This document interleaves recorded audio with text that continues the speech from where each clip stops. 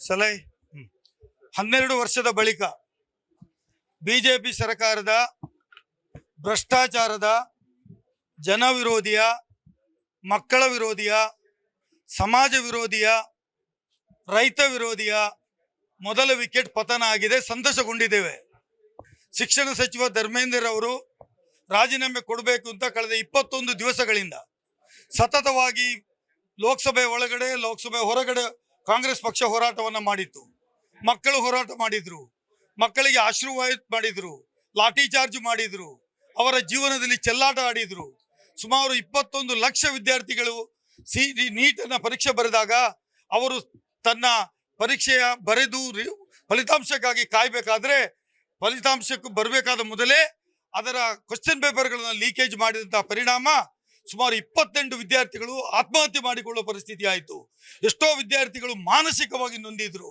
ನಾವು ಮೊದಲೇ ಹೇಳಿತ್ತು, ಈ ಸರ್ಕಾರ ವಿದ್ಯಾರ್ಥಿಗಳ ವಿರೋಧ ಇದೆ, ಈ ದೇಶದ ಭವಿಷ್ಯದ ವಿರೋಧ ಇದೆ, ಈ ಸರ್ಕಾರ ದೇಶವನ್ನ ಹಾಳು ಮಾಡ್ತದೆ, ಇದೊಂದು ಸರ್ವಾಧಿ ಸರ್ಕಾರ, ಮೋದಿ ನೇತೃತ್ವದ ಸರ್ಕಾರ, ಸರ್ವಾಧಿಕಾರ ನೇತೃತ್ವದ ಸರ್ಕಾರ. ಈ ಸರ್ಕಾರ ದೇಶದಲ್ಲಿ ಉಳಿದ್ರೆ ಪ್ರಜಾಪ್ರಭುತ್ವ ಉಳಿಯುವುದಿಲ್ಲ ಅಂತ ಹೇಳುವ ಮಾತನ್ನು ಹೇಳ್ತಾ ಇದ್ದೆವು. ಇವತ್ತು ದೇಶದಲ್ಲಿ ಮಾತ್ರ ಅಲ್ಲ, ಇಡೀ ಪ್ರಪಂಚದಲ್ಲಿ ಪ್ರತಿಭಟನೆಗಳು ನಡೆದವು. ಇಂಗ್ಲೆಂಡ್ನಲ್ಲಿ ಪ್ರತಿಭಟನೆ ನಡೆಯಿತು, ಬೇರೆ ಬೇರೆ ಊರಿನಲ್ಲಿ ಪ್ರತಿಭಟನೆ ನಡೆಯಿತು, ವಿದ್ಯಾರ್ಥಿಗಳು ರೊಚ್ಚಿಗೆದ್ದರು. ಈಗ ನರೇಂದ್ರ ಮೋದಿಗೆ ರಾತ್ರಿ ನಿದ್ರೆ ಬೀಳುವುದಿಲ್ಲ. ವಿನಯ್ ಕುಮಾರ್ ಸೊರಕೆ ಹೇಳಿದಾಗೆ ರಾತ್ರಿಯಲ್ಲಿ ಎದ್ದು ನಿಂತು ಏನ್ ಮಾಡೋದು, ವಿಡಿಯೋ ಮಾಡೋದು, ರಾತ್ರಿ ಎದ್ದು ವಿಡಿಯೋ ಮಾಡೋದು, ಕನಸಿನಲ್ಲಿ ವಿಡಿಯೋ ಮಾಡೋದು, ಸೆಲ್ಫಿ ಮಾಡೋದು, ಪ್ರಚಾರದ ಮೂಲಕನೇ ಇಡೀ ಪ್ರಪಂಚವನ್ನ ಗೆಲ್ತೇನೆ ಅಂತೇಳಿ ಏನು ಮೋದಿ ಎಣಿಸ್ತಾ ಇದ್ರು. ಇದು ಇವತ್ತು ಮಾಡಿದಂತ ಅನ್ಯಾಯದಿಂದ ಇಡೀ ಪ್ರಪಂಚದಲ್ಲಿ ಚಾ ತೂ ತೂ ಮೋದಿ ಅಂತ ಹೇಳುವ ಮಟ್ಟಕ್ಕೆ ಬಂದ್ರು, ಚಾ ತೂ ಮೋದಿ ಅಂತ ಹೇಳುವ ಮಟ್ಟಕ್ಕೆ ಬಂದ್ರು. ಯಾಕೆ? ಮಕ್ಕಳ ಭವಿಷ್ಯದ ಮೇಲೆ ಚೆಲ್ಲಾಟ ಆಡಿದ್ರು. ಯಾವಾಗ ತಪ್ಪು ಮಾಡಿದೆ ಅಂತ ಮೋದಿ ಅವರಿಗೆ ಗೊತ್ತಾಗಿತ್ತು, ನಾನು ಫಾಸ್ಟ್ ಟ್ರ್ಯಾಕ್ ಕೋರ್ಟ್ ಮಾಡ್ತೇನೆ. ಫಾಸ್ಟ್ ಟ್ರ್ಯಾಕ್ ಕೋರ್ಟ್ ನಾನು ವಕೀಲನಾಗಿ ಪ್ರಾಕ್ಟೀಸ್ ಮಾಡಿದವನು. ಫಾಸ್ಟ್ ಟ್ರ್ಯಾಕ್ ಅಂದ್ರೆ ಅದರ ಹಿಂದೆ ಅದು ಸ್ಲೋ ಟ್ರ್ಯಾಕ್ ಅಂತ ಅರ್ಥ.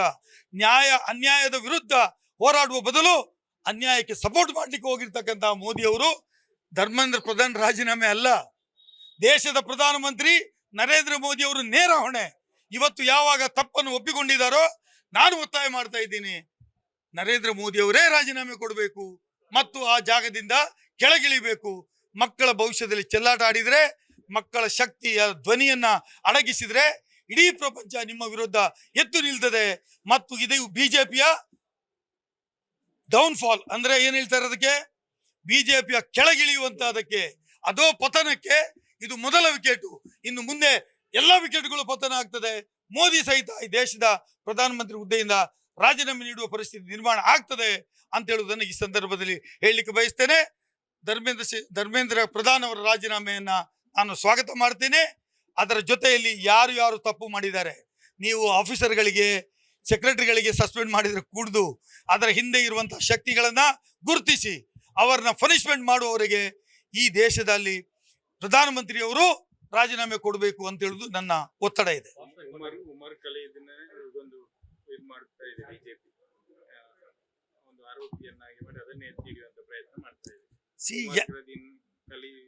ಯಾರು ಕಲಿದಿರ್ಲಿ, ಯಾರು ಬಿಲಿದಿರ್ಲಿ, ಅದು ಲೆಕ್ಕ ಅಲ್ಲ. ಈ ದೇಶದಲ್ಲಿ ಇವತ್ತು ಧರ್ಮೇಂದ್ರ ಪ್ರಧಾನ್ ರಾಜೀನಾಮೆ ಕೊಟ್ಟರು ಅಂದ್ರೆ ಅವರು ಸತ್ಯವನ್ನ ಒಪ್ಪಿಕೊಂಡಿದ್ದಾರೆ ಅಂತ ಅರ್ಥ. ಸತ್ಯ ತಪ್ಪನ್ನು ಒಪ್ಪಿಕೊಂಡ ಮೇಲೆ ಯಾವ ನೈತಿಕತೆ ಇದೆ ಆ ಸ್ಥಾನದಲ್ಲಿ ಮುಂದುವರಿಯಲು ದೇಶದ ಪ್ರಧಾನಮಂತ್ರಿಗೆ, ದೇಶದ ಗೃಹ ಮಂತ್ರಿಗೆ ನಾವು ತಪ್ಪು ಮಾಡಿಲ್ಲ ಅಂತ ಹೇಳಿದ್ರು, ಕೇಸುಗಳನ್ನು ಹಿಂದೆ ತೆಗೆದುಕೊಳ್ತೇನೆ ಇದ್ರು, ಕೈಕಾಲು ಹಿಡಿದ್ರು, ಒತ್ತಡ ಮಾಡಿದ್ರು. ಯುವಕರ ಧ್ವನಿ, ಮಕ್ಕಳ ಧ್ವನಿಯನ್ನ ಅಡಗಿಸಿದ್ರೆ ಇಡೀ ಪ್ರಪಂಚ ಸುಮ್ಮನೆ ಇರೋದಿಲ್ಲ ಅಂತ ಹೇಳುವುದಕ್ಕೆ ಇದೊಂದು ಬೆಸ್ಟ್ ಉದಾಹರಣೆ. ನಾವೆಲ್ಲ ಒಗ್ಗಟ್ಟಾಗಿದ್ದೇವೆ. ಎಲ್ಲ ವಿರೋಧ ಪಕ್ಷದವರು ಕೂಡ ಒಗ್ಗಟ್ಟಾಗಿ ಈ ಆಡಳಿತ ಪಕ್ಷದ ದುರಾಡಳಿತ ವಿರುದ್ಧ, ಸರ್ವಾಧಿಕಾರಿ ನೀತಿಯ ಮೋದಿ ಅವರ ಸರ್ವಾಧಿಕಾರಿ ನೀತಿ ವಿರುದ್ಧ ಹೋರಾಟವನ್ನು ಮುಂದುವರಿಸ್ತೇವೆ.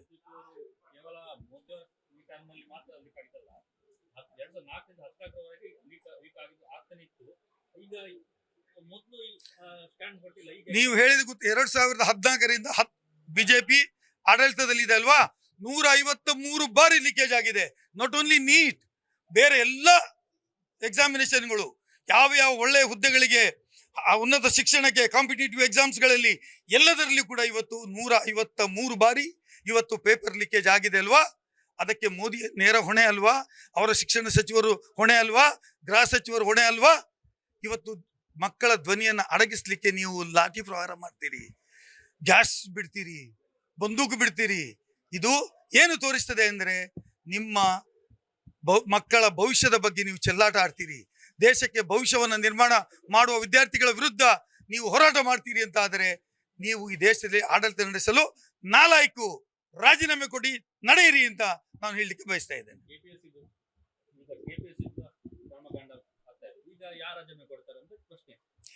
KPSCಗೂ ನೀಟಿಗೂ ಅಜಗಜಾಂತರ ವ್ಯತ್ಯಾಸ ಇದೆ. KPSCಗೆ ನಾವು ಎಲ್ಲದಕ್ಕೂ ಮಾಡಿದ್ದೇವೆ, ಎಲ್ಲವೂ ತನಿಖೆ ಮಾಡಿದ್ದೇವೆ. ಬಿಜೆಪಿ ಆಡಳಿತದಲ್ಲಿ ಪೊಲೀಸ್ ಎಕ್ಸಾಮಿನೇಷನ್ ಆಯ್ತು, ಏನಾಯ್ತು? ಟೀಚರ್ಸ್ ಎಕ್ಸಾಮಿನೇಷನ್ ಆಯ್ತು, ಏನಾಯ್ತು? ಪ್ರತಿಯೊಂದರಲ್ಲಿಯೂ ಬಿಜೆಪಿ ಆಡಳಿತ ಎಲ್ಲಿತ್ತೋ ಅಲ್ಲಿ ಲೀಕೇಜು, ಭ್ರಷ್ಟಾಚಾರ, ಪೇಪರ್ ಲೀಕೇಜು ಇದೆಲ್ಲವೂ ನಿರಂತರವಾಗಿ ನಡೆದಿದೆ. ಹಾಗಾಗಿ ರಾಜೀನಾಮೆ ನೀಡಲು, ಆಡಳಿತ ನಡೆಸಲು ನಾಲಾಯಕು ಅಂತ ನಾನು ಹೇಳಲಿಕ್ಕೆ ಬಯಸ್ತೇನೆ. ನ್ಯೂಸ್ ಫಸ್ಟ್, ನಿರ್ಭೀತಿಯಿಂದ ನಿಮ್ಮ ಪರವಾಗಿ.